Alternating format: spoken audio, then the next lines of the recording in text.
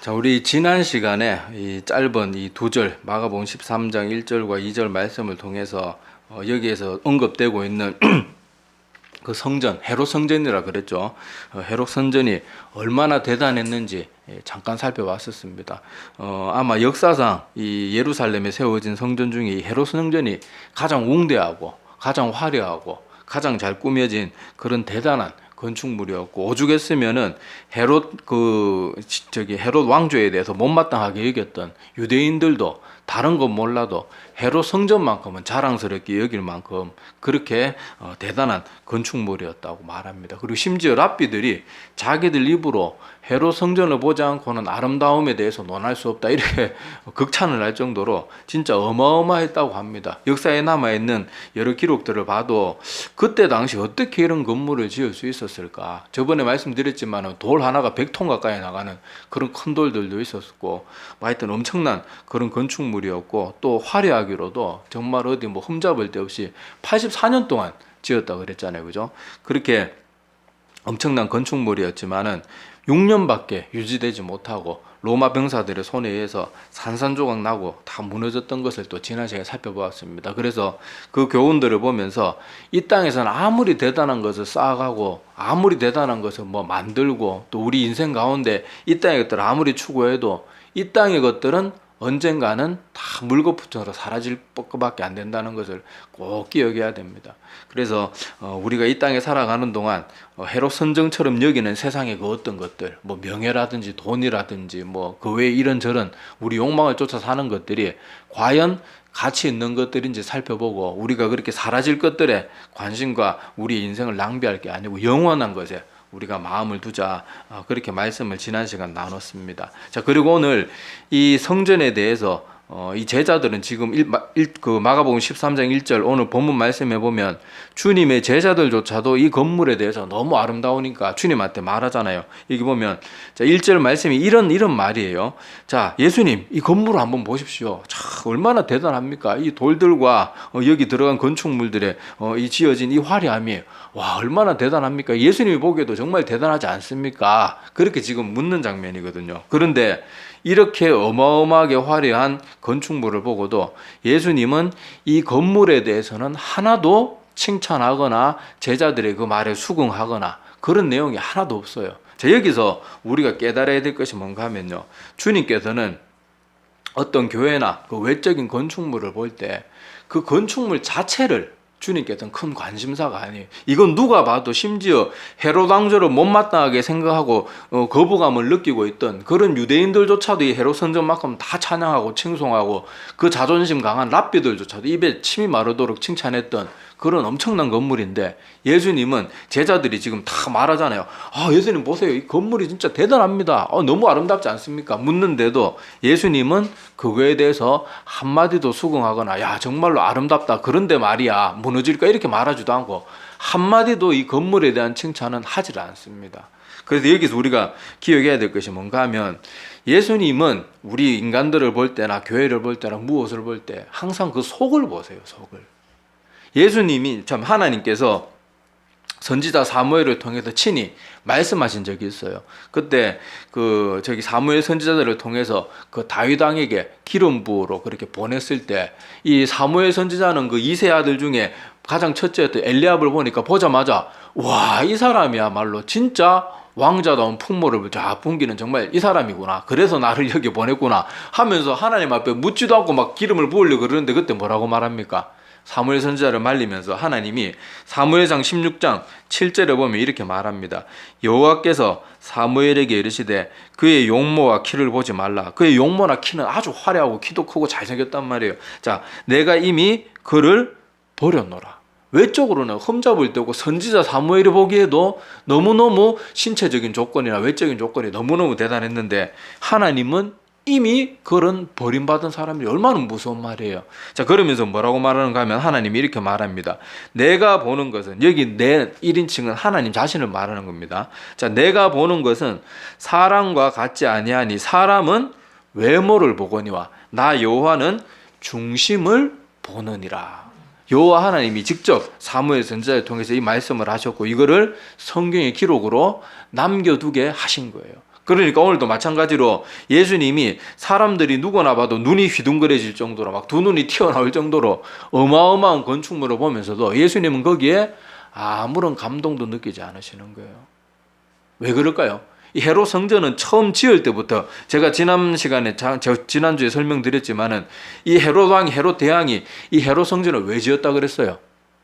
자기들이 혈통상 정통 유대인이 아니라 가지고 이스라엘 백성들로부터 뭔가 반감을 이렇게 받고 있다는 것도 알고 온전히 자기의 혈통 때문에 온전히 그 자기들이 참 그 헤롯 왕조가 이스라엘 백성들을 다스리는데 영향력이 조금이라도 손해를 볼까봐 늘 노심초사했어요. 헤롯 왕조는 말다시피 영화에서 나오는 것처럼 자기 자리를 지키기 위해서 가족이고 뭐고 없어요. 다 죽이고 그랬던 사람들이에요.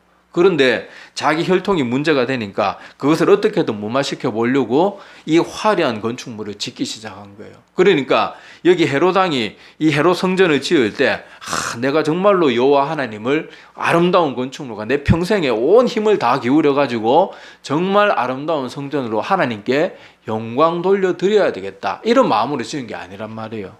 이 건축물을 지음으로 말미암아 자기의 권력을 과시하고 또 이스라엘 백성들에게 환심을 사가지고 자기 지배력을 공고히 하기 위해서 이 건축물을 짓기 시작했다는 거예요. 그러니까 시작부터 이건 하나님 마음에 안 드는 거예요. 그리고 이 헤롯 성전에서 활동하고 있었던 당시 대제사장들 어떤 사람들이었습니까? 전혀 하나님의 마음에 합한 일을 하지 않는 사람들이었어요. 이미 제가 저번에도 마가복음 우리가 나누면서 말씀드렸지만은요, 대제사장들이란 말 자체가 이미 잘못된 거예요. 왜 그랬어요? 대제사장은 한 명밖에 없어요. 한 명. 평생직입니다. 자, 집중하세요. 네? 자, 집중하시고 대제사장은 한평생 한 명이 그 대제사장직을 수행할 수 있었고, 대제사장이 죽으면 그 아들이 물려받았어요. 그런데 대제사장들이라는 말 자체가 이미 하나님의 율법을 자기들 멋대로 해석해서 그저 뭐 자기들 이권 따라서 막 대제사장을 막, 제가 설명드렸잖아요. 예수님 당시의 기록을 보면은 대제사장만 300명 있었다고. 이거 자체가 말이 안 되는 거예요. 그러니까 교회 그 헤롯 성전을 처음 지은 그 동기부터 올바르지 않았고, 지금 헤롯 성전에서 여러 가지 종교적인 활동을 하는 대제사장들도 이미 하나님 말씀을 우습게 여기는 사람들이고, 그리고 대외적으로 백성들을 가르쳤던 서기관들이나 바리새인들도 다 어떤 사람들이었어요? 정말로 진실되게 하나님을 섬기는 사람 별로 거의 없고, 다들 백성들로부터 존중받는 거나 좋아하고 칭찬받는 거나 좋아하고 마음에는 교만이 가득하고, 약하고 죄 가운데 있는 사람들 보면 불쌍히 여기고 그 사람들을 바른 길로 인도할 생각은 안 하고 맨날 판단하고 정죄만 하고 그랬던 모습이 이 당시 이 교회와 이 성전에 있었던 사람들, 구성원들, 그런 사람들의 모습이었기 때문에 당연히 예수님은 이 건물이 아무리 화려한들 예수님은 이 교회, 이 성전, 이 건물을 칭찬할 만한 그런 조건이라든지 그런 것들이 하나도 없었던 거예요. 자, 그래서 하나님이 기뻐하시는 교회는요, 외관만 멀쩡한 교회가 중요한 게 아니에요. 교회라는 말 자체가 제가 여러 번 설명드렸지만, 교회는 건물을 말하는 게 아니고 하나님을 바르게 말씀대로 믿는 성도들의 모임이 교회거든요. 그러니까 하나님이 기뻐하시는 건강한 교회는 어떤 교회겠어요? 하나님의 말씀이 바르게 성경에 있는 그대로 전파되고 가르쳐지고, 그 말씀을 들은 그 교회를 구성하는 성도들도 그 말씀대로 살기 위해서 애쓰고 몸부림치고, 그래서 교회의 경건함이 저절로 우러나오는 교회, 그게 건강한 교회인 거예요. 그게 하나님이 기뻐하시는 교회란 말이에요. 그러니까 헤롯 성전이 이렇게 아름답고 화려한 교회였지만은 하나님이 보실 때는요, 이 역사상 가장 아름다웠다고 그렇게 칭찬받는 헤롯 성전보다, 여러분 로마 시대 카타콤 알죠? 카타콤 지하 무덤이잖아요. 지하 무덤. 근데 그때 로마 시대 그때 사람들이 기독교인들을 막 핍박하니까 기독교인들이 많이 죽임을 당하고, 그중 일부 살아난 사람들이 그렇게 지하 무덤으로 숨어들어서 거기에 예배실을 꾸미고 거기서 예배 드렸거든요. 무덤 속에 있는, 외형적으로 볼 때는요, 화려한 헤롯 성전하고 무덤 속에 그 빈 그런 장소를 마련해가지고 예배드리는 그 예배실하고 어떻게 비교나 될 수 있겠습니까? 근데 하나님은 어디를 더 기뻐하셨을 것 같아요? 이건 뭐 질문할 필요도 없죠. 헤롯 성전보다는 그 무덤, 냄새나고 시체들이 왔다 갔다 하는 그곳이지만은 거기서 예배드리는 그 교회, 지하교회, 카타콤 교회, 그게 하나님이 보실 때는 훨씬 더 하나님의 마음에 기쁨이 되는 교회다는 것을 우리가 꼭 기억해야 됩니다. 그래서 많은 사람들이 교회를 정할 때 정말 그 교회의 중심이나 그 속에 교회의 알맹이들을 보는 사람이 잘 없어요. 현대 많은 그리스도인들이 교회를 볼 때 이 외형만 보고 자꾸 결정을 합니다. 교회 건물, 뭐 아니면은 찬양대 찬양을 잘하나, 뭐 악기를 잘 다루나, 뭐 성가대가 화려한가, 주보는 잘 만들었나. 그 교회에서 선포되는 말씀, 그 교회 구성원들의 그런 영적인 수준 이런 거에 관심이 없고 그저 건물 잘 만들어 놓고 외적으로 막 홍보 잘하고 뭐 찬양팀 화려하게 세워가지고 막 가수 뺨치는 막 그런 외모와 가창력을 가진 그런 사람들 막 세워놓고 노래 막 열심히 부르고 드럼 막 치고 막 현대적인 막 악기 갖다 놓고 막 하면 그게 좋은 교회인 줄 알고 그런 곳에 갔다가 참된 믿음의 그런 모습으로 잘 자라가는 게 아니고 교회 가서 서로 상처만 주고받고 교회가 하나님의 말씀을 배우고 하나님의 말씀대로 살기 위해서 순종하고 몸부림치는 게 교회가 아니고 그저 교회 가서 인맥이나 넓히고 그저 사람들이나 좀 하면서 교제나 나누고 영적인 교제가 아니고 그냥 그런 쓸데없는 교제들 그런 것들만 하다가 그렇게 많은 사람들이 신앙이 자라지 못하고 오히려 현대 그리스도인들은 신앙이 자꾸 퇴보하는 거예요. 우리 옛날에 6.25 끝나고 교회 뭐 예배 드릴 만한 장소나 있었습니까? 모든 건물이 다 무너졌는데 천막 쳐놓고 교회 예배 드리고 그럴 때 오히려 그때 교회가 부흥했습니다. 근데 지금은 훨씬 더 좋은 건물을 가지고 훨씬 더 좋은 악기와 마이크 시스템, 음향 시스템 5만 걸 몇억 원씩 막 투자해가지고 그런 엄청난 시설을 갖추는데도 성도들의 영적인 수준은 자꾸 다운되는 거예요. 예배 드리는데 사람은 계속 줄어드는 거예요. 옛날엔 주일 예배 때나 새벽 예배 때나 사람들이 나오는 숫자가 크게 차이 나지 않았는데 요새는 10분의 1도 안 나옵니다. 이게 교회가 지금 진행되고 있는 그런 모습들인데 자, 이런 것들을 통해서 우리가 기억해야 될 것이 뭔가 하면 교회는 정말로 중요한 것이 바로 화려하게 꾸민 그런 건축물이나 외적인 조건, 예배 형식 막 어떤 찬양팀 이런 거 막 화려하게 꾸미고 그러는 게 중요한 게 아니고 그 하나님의 교회 가운데 하나님의 말씀이 올바르게 전해지고 또 성도들은 그 말씀들을 듣고 말씀대로 순종하기 위해서 애쓰고 그리고 성도들 간에 희닥거리는 그런 교제가 아니고 정말로 교회 가서 성도들하고 얘기 나누면 우리가 이 땅에서 어떻게 살아야 될까? 어떻게 말씀대로 살 수 있을까? 그런 말들이 오고 가야 되는 그런 교회가 건강한 교회라는 거예요. 그래서 겉모습만 쫓아서 신앙생활 하는 사람들은 결국 껍데기만 얻게 되고 말 거예요. 그렇지만은 본질을 쫓아서 신앙생활 하는 사람들은 정말 교회의 본질, 복음의 본질인 생명을 얻어서 저 하나님 나라를 넉넉하게 소유하게 될 것입니다. 그래서 내가 하나님의 교회에서 지금 껍데기를 추구하고 있는지 본질을 추구하고 있는지 한번 가만히 생각해 봐야 돼요. 가만히 생각해 봐야 돼요. 예수님은 역사상 가장 아름다웠다는 그 헤롯 성전을 보고도요 이런 망구 칭찬 한마디도 없어요. 오히려 이것은 다 무너질 것들에 지나지 않는다. 오히려 무시무시한 경고를 했고 실제로 예수님이 십자가에 달려 돌아가시고 약 40년 후에 로마 병사들에 의해서 철저하게 다 무너집니다. 그리고 돌 위에 돌 하나도 남지 않게 된 이유도 말씀드렸죠. 그 로마 병사들이 철저하게 다 무너뜨리고 그 사이사이에 끼어있는 금붙이나 보석 그런 거 돈 될 만한 거 하나라도 금속 조각 하나라도 더 건져가려고요. 완전히 폐허를 만들어버렸어요. 완전히 폐허를 만들어버렸어요. 그러니까 우리도 신앙생활 할 때 다 무너져 사라지고 말게 된 그런 것들 본질이 아닌 것들을 자꾸 추구하지 말고 본질을 추구하는 사람들이 되어야 돼요. 우리 역사를 가만히 봐도 외적인 것을 추구했던 유대교는 결국 어떻게 됩니까? 예수님을 십자가에 못 박는 종교가 되어버리고 말잖아요. 그리고 가톨릭도 처음에 우리 가톨릭이라는 게 따로 있지 않았잖아요. 기독교 있잖아요. 그런데 가톨릭은 자꾸 외적인 거 추구하다가 보니까 자꾸 복음의 변질이 오기 시작하는 거예요. 그래서 우리가 외적인 것을 지나치게 추구하는 것은 정말로 조심해야 됩니다. 자, 그렇지만은 여기서 또 한 가지 우리가 극단으로 치우치지 말아야 돼요. 자, 하나님이 우리 교회와 우리 성도나 이런 것들을 볼 때 중심을 보고 알맹이에 더 관심이 많다고 해서 우리가 교회의 건물이라든지 교회 예배 형식이라든지 이런 것들을 소홀히 여기면 그것도 옳지 않아요. 자, 우리가 지금 이렇게 예배를 드리는데, 자, 우리가 마음만 다해서 예배만 드리면 되지. 그래서 여기 아무 청소도 안 하고, 막 쓰레기가 굴러다니고, 막 먼지가 풀풀 날리고, 저기 막 창문이 깨졌는데 아무도 갈아 끼워 놓지도 않고, 막 거미줄이 여기 쳐져 있고 그러면, 그건 정말 아니잖아요. 그건 또 다른 극단에 치우치는 거예요. 그러다가 보니까 한때 무교회주의 뭐 이런 것도 나오고 뭐 이상한 그 교회에도 종파들이 막 생겨나고 그랬는데, 자, 하나님이 본질을 중요시 여기고 중심을 중요시 여긴다고 해서 외적인 것은 다 필요 없다 이런 식으로 나가는 것도, 교회도 필요 없다, 모임도 필요 없다, 이건 정말 더 위험한 거예요. 더 위험한 거예요. 요새 또 코로나 시대를 거치면서 사람들이 그만 코로나 기간에 어쩔 수 없이 전염병 때문에 많은 사람들이 목숨을 잃어가니까 그렇게 온라인으로 예배드리고 있는데, 이제는 그만 이거에 길이 들어가지고, 얼마 전에 그렇게 같이 사역을 하는 그 사역자를 만나서 식사를 하는데, 아이고, 이 코로나 끝나고 지금 이제 뭐 모임이나 이런 것도 다 회복이 되었잖아요. 근데 교회 성도들이 회복이 안 된대요. 회복이. 아니, 놀고 먹고 모이는 자리는 다 회복이 되는데 왜 교회 자리는 회복이 안 되냐고요. 그래서 그 현상을 보면서 그런 얘기들을 했어요. 아, 하나님이 전염병이나 이런저런 일들, 또 지금 어딘가에는 전쟁이 일어나고 이런 일들을 통해서 하나님이 마지막 때에 알곡과 죽정이를 계속해서 체질하는 거예요. 쳐나가는 거예요.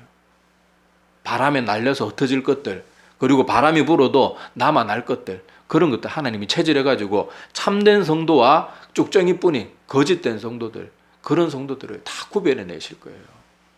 그래서 우리가 아까도 말씀드렸지만은 하나님 앞에는 본질이 중요하다고 해서 예배의 형식도 다 내팽개치고 모임도 다 내팽개치고 교회 꾸미는 거에서도 아무 관심이 없고 이러는 것도, 그것도 또 다른 잘못이에요. 자, 건강한 육체, 건강한 정신이 든다고 뭐 그런 말도 있듯이, 교회도 하나님을 정말 사랑하는 성도들이 모이면 교회가 반짝반짝 빛이 나야 되겠어요? 어두침침하고 쓰레기가 막 굴러다녀야 되겠어요? 이건 뭐 말할 필요가 없잖아요. 사람이 사랑에 빠지면요, 주변 사람이 저 사람 표정이 바뀌었다는 걸 누구나 다 느낍니다. 그리고 평소 잘 안 꾸미고 별로 이렇게 가꾸지도 않던 사람도 사랑에 빠지면 어때요? 막 평소 세수도 머리도 한 2, 3일에 한 번씩 감던 사람이 매일 머리 감고요, 뭐 아침 저녁으로 막 로션 바르고 난리가 나잖아요. 그러는 것처럼 하나님을 정말 사랑하는데 하나님의 성전이나 하나님과 관련된 이 교회의 여러 물건들이라든지 아니면 예배 형식을 조금이라도 더 아름답게 드리기 위해서 애쓰는 노력이 없다, 그것도 뭔가 잘못돼 가고 있는 거예요. 이상한 거예요. 그것도 올바른 모습이 아닌 것입니다. 그래서 학개서에 보면요, 하나님께서 이스라엘 백성들이 포로로 잡혀간 땅에서 다시 본국으로 돌아올 수 있는 엄청난 기적과 같은 일들을 베푸셨어요. 제가 저번에 포로들이 귀환하는 건 기적과 같다고 한번 자세히 설명을 드렸죠. 어떤 나라의 왕이 무제한으로 마음껏 월급도 안 주고 마음껏 써먹을 수 있는 노동력을 그냥 쉽게 풀어줄 왕이 어디 있겠냐고, 옛날 그 시대. 그런데 이스라엘 백성들은 하나님께서 큰 은혜를 베풀어 주셔가지고 그 나라 왕들의 마음을 확 바꿔가지고 본국으로 돌아오게 하셨어요. 그런데 학교에서 보면은 이스라엘 백성들이 자기 땅에 와서 뭐부터 합니까? 자기들 집 짓는 데만 바쁜 거예요. 자기들 집은 막 아름답게 꾸미고 화려하게 꾸미고 하는데 하나님의 성전은 다 부서져 있는데도 그대로 내팽개쳐 두니까 그때 하나님이 선지자 학교를 통해서 뭘 지적합니까? 너희들이 어떻게 하나님의 성전이 저지경이 되어 있는데, 폐허더미 같이 되어 있는데 어떻게 너희들이 너희들 집부터 꾸미는데 온갖 정신이 쏠려 있냐. 그것에 대해서 책망하시는 내용이 학개서의 내용이잖아요. 마찬가지로 우리가 하나님은 성전의 외적인 모습보다 그 알맹이와 그 구성원들과 그 교회의 말씀이 올바르게 선포되고 이런 것들을 정말로 중요하게 보시지만, 그렇다고 하나님의 교회가 폐허가 되어 있고 손질도 안 하고 관리도 안 되어 있는데 그것도 하나님 기뻐하신다고 착각해서는 안 돼요. 많은 사람들이 지금 현대에 너무 자유주의적인 신학을 가진 사람들은 자꾸 교회가 필요 없다는 식으로 자꾸 말을 하고, 교회 뭐 하는 것에 돈 지나치게 쓰는 거 뭐 필요 있냐, 이런 식으로 자꾸 하면서 하나님의 교회를 아름답고 단정하게 꾸미는 것은 반드시 해야 되는 일인데 그것조차도 막 거부하는 그런 모임들도 나타나고, 또 막 그런 말 하면은 또 그것이 맞다 또 분별력 없이 끌려다니는 사람들도 있어요. 그래서 조심을 해야 됩니다. 우리가 신앙생활 할 때 교회 건물이나 형식에 지나치게 집착해서는 안 되지만, 그렇다고 교회가 질서 없이 엉망진창으로 그렇게 돌아가서도 안 돼요. 그리고 하나님이 우리 교회에 있어서 어떤 물질이나 능력을 베풀어 주시면 우리가 그것을 함부로 사용하고 그래서는 안 되지만, 그렇다고 인색해서도 안 돼요. 항상 양극단에 치우치지 말아야 돼요. 그리고 하나님이 교회와 성도들에게 복을 많이 베풀어 주시면 그걸 누릴 줄도 알아야 돼요. 그런데 누리는 걸 넘어서서 사치하고 낭비하고 이러는 거 안 되는 거예요. 자, 여러분, 내가 지금 돈이 굉장히 많은 부모님이에요. 근데 자녀에게 용돈 한 100만 원 줬는데 걔가 100만 원 가지고 그것을 쓰지도 않고 막 겁만 먹고 나 절대 안 써 이러면서 맛있는 것도 생전 안 사 먹고 그러면 부모 마음이 어떻겠어요? 아이고, 좀 맛있는 거 좀 사 먹어라. 좀 사고 싶은 거 있으면 좀 사라. 부모 마음이 안 그렇겠어요. 그러니까 하나님이 뭔가를 부어주시면 누릴 줄도 알아야 돼요. 그런데 100만 원 가지고 막 온갖 나쁜 짓도 하고 막 안 좋은 거 막 그런 거 사고 먹고 막 이러면 그것도 부모 마음에 상처가 되는 거예요. 그리고는 그렇게 많이 줬는데 계속 더 달라, 더 달라, 더 달라. 그런 건 낭비고 사치잖아요. 그러니까 우리가 항상 신앙생활을 할 때 오늘 이 말씀에 나오는 주 하나님은 우리의 중심을 보고 우리 알맹이에 관심이 많으시지만 그렇다고 우리가 하나님의 교회와 외적인 것들을 너무 소홀히 하는 그런 극단에 치우쳐서도 안 됩니다. 그래서 오늘 말씀을 다시 정리하겠습니다. 예수님은 자, 이 역사상 가장 화려했다고 하는 헤롯 성전을 보고서도 외형적으로는 한마디 칭찬도 하지 않으셨어요. 왜냐하면 헤롯 성전은 건축 시작부터 건축을 짓게 된 동기부터 올바르지 않았고 그 교회를 다스리고 있어 성전을 다스리고 있었던 많은 사람들도 타락한 상태였어요. 그래서 예수님은 이 헤롯 성전에 대해서 한마디 칭찬도 하지 않고 곧 무너지게 되고 철저하게 멸망하게 될 것을 미리 예언하셨습니다. 우리 현대교회도 그래요.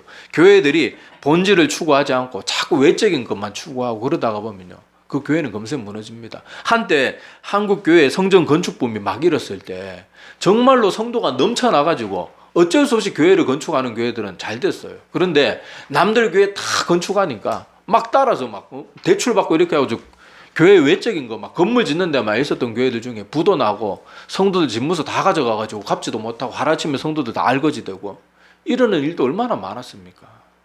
우리가 뭐든지 모든 것을 하나님이 인도하신 대로 하나님이 이끌어주시는 대로 해야지 우리가 외적인 것에 지나치게 치우치면 안 됩니다. 자, 그리고 외적인 것에 치우치면 안 되고 우리가 중심이 중요하고 알매가 중요하다고 해서 예배의 형식이나 교회를 가꾸거나 이렇게 하는 데 너무 소홀해서도 안 됩니다.